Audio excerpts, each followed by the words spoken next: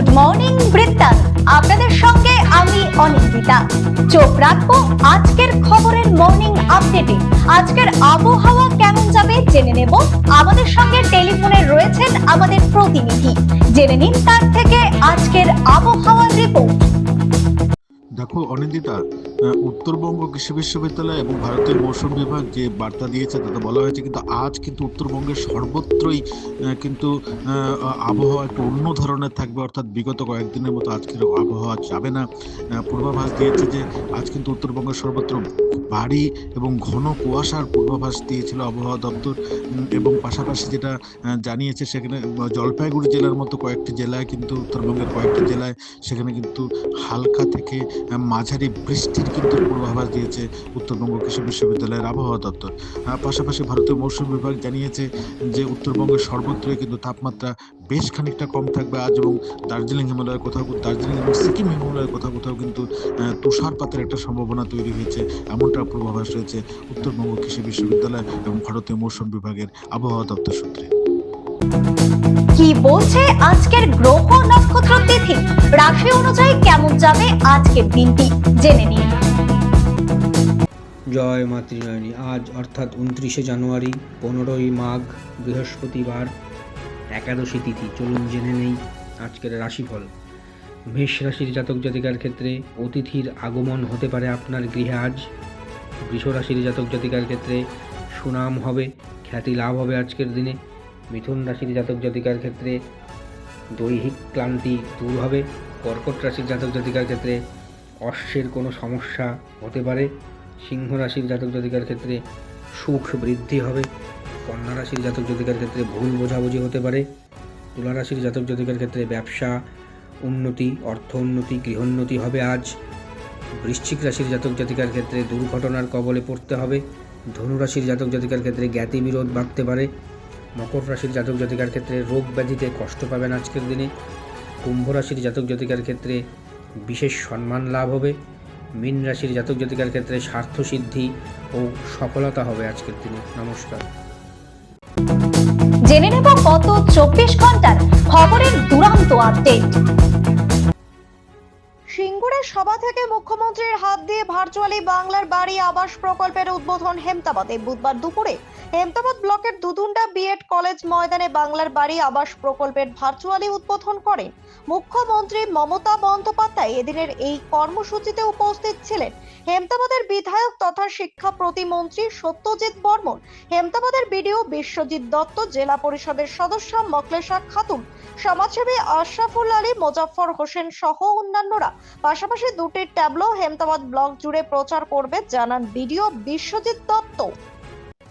হেমতাবাদ হিন্দু সম্মেলন সমিতির উদ্যোগে 5000 কণ্ঠে গীতা পাঠ অনুষ্ঠিত হলো হেমতাবাদে। বুধবার দুপুরে হেমতাবাদ গৌরাঙ্গ ক্লাবের মাঠে হিন্দু সম্মেলন ও গীতা পাঠ অনুষ্ঠানে প্রধান অতিথি হিসেবে উপস্থিত ছিলেন মহারাজ হিরণময় গোস্বামী। এদিনের গীতা পাঠ অনুষ্ঠানে হিন্দু সনাতনীদের ভিড় লক্ষ্য করা যায়। পাশাপাশি হেমতাবাদ সদর এলাকায় মিছিল করেন হিন্দু সনাতনীরা। হেমতাবাদ হিন্দু সম্মেলন সমিতির সদস্য বিপ্লব সরকার, মনোরঞ্জন সেন সহ অন্যান্যরা উপস্থিত ছিলেন এদিনের অনুষ্ঠানে। বুধবার সিঙ্গুর থেকে বাংলার বাড়ি প্রকল্পের দ্বিতীয় পর্বের সূচনা করলেন মুখ্যমন্ত্রী মমতা বন্দ্যোপাধ্যায়। মুখ্যমন্ত্রীর হাত ধরে রায়গঞ্জ ব্লকে শুরু হয়ে গেল বাংলার বাড়ি প্রকল্পের দ্বিতীয় পর্ব।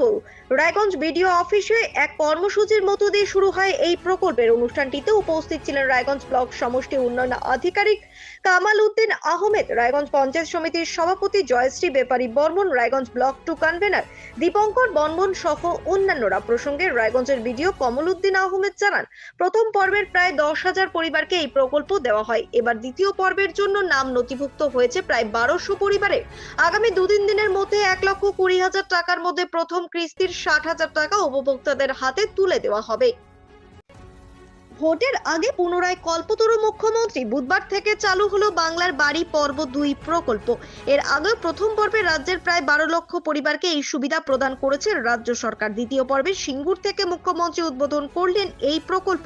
এবার প্রায় 20 লক্ষ পরিবারকে 2 কিস্তিতে মোট 1,20,000 টাকা করে সরকারি বাড়ি তৈরির জন্য দেওয়া হবে। উত্তর দিনাজপুর জেলায় এই সংখ্যাটা প্রায় 1 লক্ষ।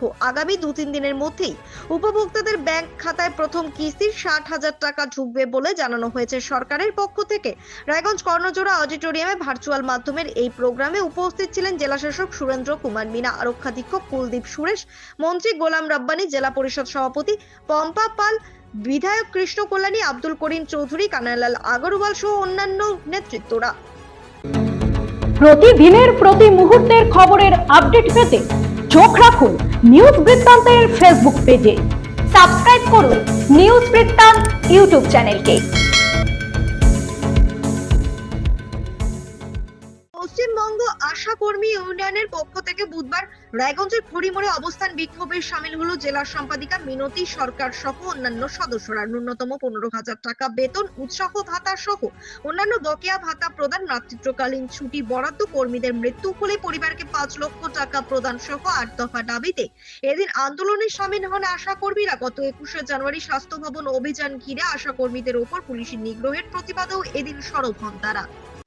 স্বাস্থ্য ভবন অভিযানকে কেন্দ্র করে আশা কর্মীদের ওপর পুলিশি অত্যাচারের বিরুদ্ধে গোটা রাজ্যের পাশাপাশি উত্তর দিনাজপুর জেলার ইসলামপুরেও ধিক্কার মিছিল করলেন আশা কর্মীরা। তাদের মোট 8 দফা দাবি নিয়ে প্রায় 1 মাস কর্মবিরতি। আজকে ইসলামপুর বাস টার্মিনাসে ইসলামপুর মহকুমার 4টি ব্লকের আশা কর্মীরা একত্রিত হয়ে ধিক্কার মিছিল আয়োজন করেন। এই ধিক্কার মিছিলে উপস্থিত ছিলেন আশা কর্মীদের জেলা সভানেত্রী মাধবীলতা পাল সহ জেলা আশা কর্মীদের অন্যান্য নেতৃত্বগণ। মিছিলটি ইসলামপুর বাস টার্মিনাস থেকে শুরু হয়ে পুরো ইসলামপুর শহর পরিক্রমা করে আবার বাস টার্মিনাসে এসে শেষ হয়। ভূপাল চন্দ্র বিদ্যাপীঠের বার্ষিক সাংস্কৃতিক অনুষ্ঠান ও পুরস্কার বিতরণী উৎসব ঘিরে এক স্মরণীয় ও শিক্ষামূলক উদ্যোগ নেওয়া হলো। বিদ্যালয়ের শিক্ষক শিক্ষিকাদের স্বেচ্ছায় অনুদানে প্রতিষ্ঠিত হলো 10 জন বাঙালি তথা ভারতীয় মনীষীর আবক্ষ মূর্তি। শিক্ষার্থীদের মূল্যবোধ ও মননশীলতা গড়ে তোলার লক্ষ্যেই এই উদ্যোগ বলে জানান বিদ্যালয় কর্তৃপক্ষ। যে 10 জন মনীষীর আবক্ষ মূর্তি প্রতিষ্ঠিত হয়েছে তাদের মধ্যে রয়েছেন কবিগুরু রবীন্দ্রনাথ ঠাকুর, বিদ্রোহী কবি কাজী নজরুল ইসলাম, স্বামী বিবেকানন্দ, পঞ্চানন বর্মা, ঈশ্বরচন্দ্র বিদ্যাসাগর, মহাত্মা গান্ধী, নেতাজি সুভাষচন্দ্র বসু, সর্বপল্লী রাধাকৃষ্ণন এবং ভারতের প্রাক্তন রাষ্ট্রপতি doctor APJ Abdul Kalam. Good morning বৃত্তান্ত আজ এই পর্যন্তই। ঘরে বাইরে খবরে থাকুন, চোখ রাখুন নিউজ বৃত্তান্তে। নিউজ বৃত্তান্ত, হলুদ নয়, স্বচ্ছ।